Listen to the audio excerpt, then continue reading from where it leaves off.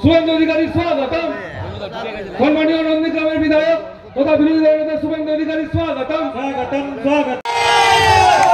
ভারত মাতা কি, ভারত মাতা কি। মেদিনীপুরে জিতছে কে? বিজেপি। আবার কে? মেদিনীপুরে জিতছে কে? বিজেপি। আবার কে? আমরা এবার বরণ করে নেব আমাদের সবাইয়ের অভিভাবক এই মণ্ডলের সম্মানীয় জিএস। অনুরোধ করছি অঙ্গবস্ত্র এবং পুষ্পস্তবক দিয়ে দিলীপটাকে বরণ করে নেওয়ার জন্য।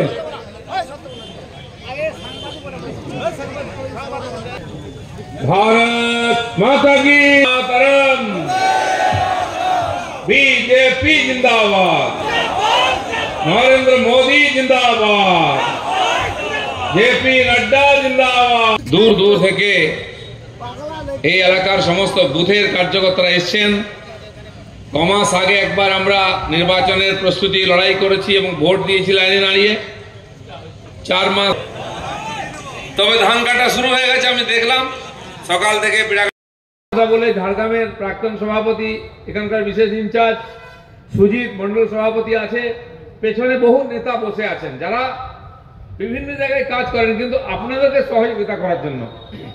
সহযোগিতা এই জন্য যে এই উপনির্বাচনে বিজেপিকে জিতিয়ে বান্টিদাকে বিধানসভায় পাঠাতে হবে, যাতে শুভেন্দুদার সঙ্গে দাঁড়িয়ে তার হাত শক্ত করতে পারে। সেই জন্যই আমরা এই ইলেকশন লড়ছি। ইলেকশন তো হবেই, এখানকার এমএলএ এমপি হয়ে গেছেন, প্রমোশন হয়ে গেছে, তাই আমাদের ভোট দিতে হচ্ছে। কিন্তু ভোট আসে ভোট যায়, বিধানসভার ভোটে কোনো অদল বদল হয় না। টিএমসি সরকারের কিছু যাবে না, আমরাও সরকার গঠন করতে পারবো না। কিন্তু যেহেতু ভোট এমন একটা সময়ে ভোট হচ্ছে পশ্চিমবাংলায়, যে বছর দুর্গা পূজা আমরা উৎসব করতে পারিনি। বাঙালির সবচেয়ে বড় উৎসব দুর্গোৎসব, কিন্তু এবারে আমরা উৎসব করিনি, পুজো করেছি। যেমন জগদ্ধাত্রী পুজো, কালী পুজো, সন্তোষী পুজো সারা বছর করি, কিন্তু উৎসব করিনি। কারণ পশ্চিমবাংলার মা বোনেরা সুখে নাই, সুরক্ষিত নাই, তাদের সম্মান সুরক্ষিত নয়। যে ঘটনা গ্রামে গ্রামে ঘটছে, প্রতিদিন খবরের কাগজে, টিভিতে আমরা দেখি 6 বছরের 8 বছরের মেয়েদেরকে তুলে নিয়ে আসছে, খুঁজে পাওয়া যাচ্ছে, ধর্ষণ করে মেরে নালেতে ফেলে দেওয়া হচ্ছে।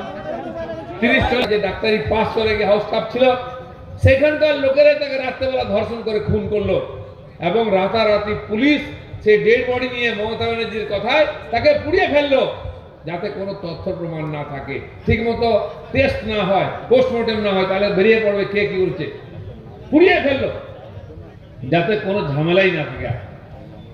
আর মমতা ব্যানার্জি চুপচাপ।